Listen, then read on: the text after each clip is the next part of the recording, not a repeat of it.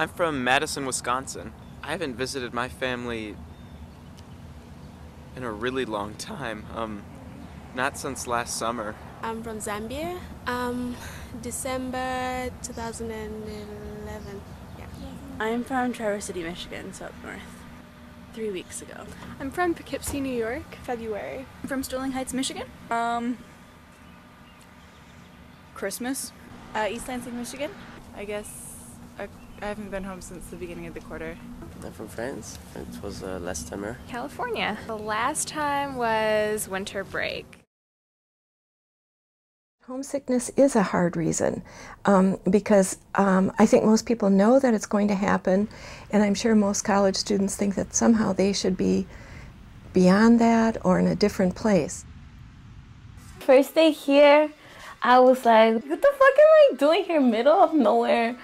And then it was all green, it was nothing I was used to. And then when I got on campus, I was like, oh shit, like I've never been around so many like Anglo people. I don't really see a lot of Latinos around here at all. I'm Mexican and Belizean, and I grew up with black culture in me too, not only Mexican culture.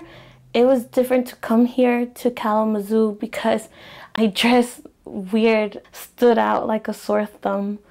Cause I came here and I was like, fishnets, patches, fuck the world, and I'm a punk and all this stuff.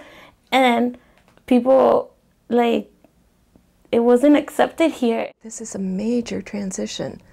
I'm not sure there are very many transitions where you leave everything you've known for a long time, and especially for students who are coming like from LA.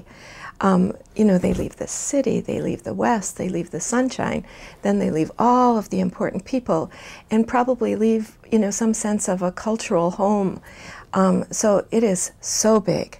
How I ended up here was, I think it amazes me sometimes, like, dang, how did I end up in here? Like, because it's definitely a place that not many people from my community would end up in. Well, they'll look at me funny, and it was even worse because, like, a lot of people couldn't understand the way I spoke. Having conversations with people that be like, oh, well, I went to this place, or I've studied abroad in this place, and that is not something that you hear in my community. So yeah, they brought me here. They like prepped me for all this microaggression shit, but you don't really know how it is gonna be, man, until you're here, until you fucking hear it. And like, so fucking annoying, but yeah. So when I was selecting what college I wanted to go to, I actually did pick Kalamazoo as my first. I know some people in my posse didn't, but I actually did. I know it's weird because now I'm like, what was I thinking? No, I'm just kidding. No, I mean, I do like this place. I do. I've cried a fucking river here. In the whole lake, like I've cried for like, man, I cried the first day here. I think I cried like a month ago. Oh. If I knew I was going to cry this much, I don't think I would have came here. What's happening for people is that they just don't feel motivated to be here, and they find themselves not liking it very much. Many of them report that they cry, that when they do talk to their parents or their friends from home, they get pretty upset. Yeah, it's just not being able to be myself because it's not politically correct. I called my mom and I told her, Mom, I'm here. And then she was crying, and then she made me cry too, so I started crying too. The fact that, you know, we have cell phones and Skype and Facebook chat and all of those things makes it less difficult for people to be away from home. Skype with my family 24/7. I play with makeup. The way I was able to cope with it was just with any kind of stress, I would just run.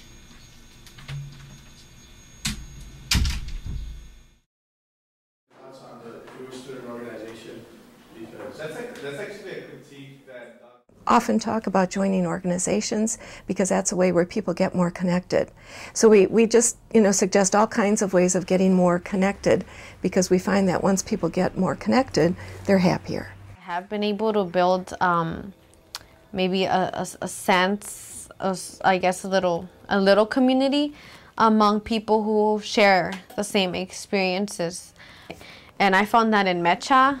They're my support. You know, it's like different from posse. It's just like they know the struggle. At times, maybe I questioned myself a lot first year and even second year still, like how would my life be different if I would have gone to a California school? But then that means K would have stayed the same. That means, you know, K wouldn't be changing towards, you know, building an ethnic studies department right now. Freshman year, no, not even. I guess I did kind of. I still do sometimes. I'm just like, fuck, I should have never signed that contract. But then I was just like, everything happens for a reason. There's a reason I'm here. There's a reason I'm going through hell. No, I don't regret coming here as much.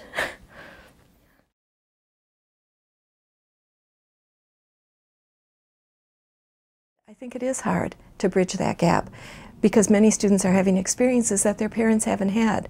Not to say that their parents haven't had other amazing experiences, but they're different. She struggled so hard to get me here, and that's why I'm just like, that's why I stayed. The first thing that came out of her mouth when I told her I got the scholarship, and she's like, "You're leaving?" Like, that's the first thing that came out of her mouth.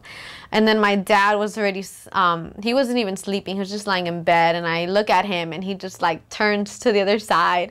And it's not that he wasn't supportive, it's just that it was just really hard. Clearly, if you come from a very long way, you have to be able to do that. Learn to make decisions, figure out how to help yourself when you're ill, manage the stress, manage your time.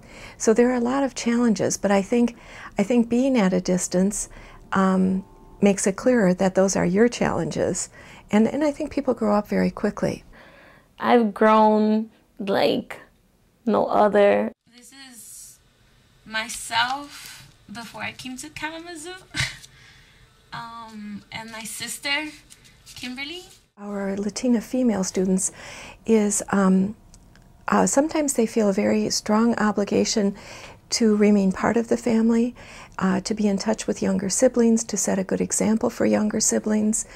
And I think that can be another pressure that other students may not experience in the same way. To Elisa, you are the best sister. She misspelled that, but it's fine. Good job going to college. I miss you so much. I wish to go to college. That's my little brother, Oli. And when we're in the car together, I always sit next to him.